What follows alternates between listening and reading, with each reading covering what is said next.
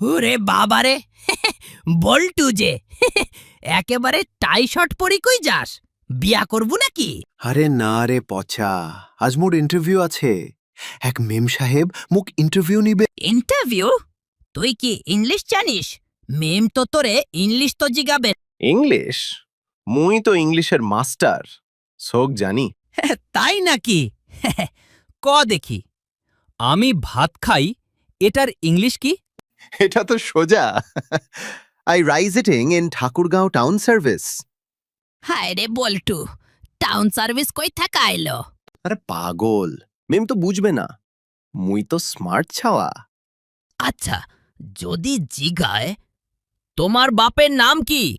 কমু, my father name is Garibullah. He is doing বাদাম পত্তি বিজনেস।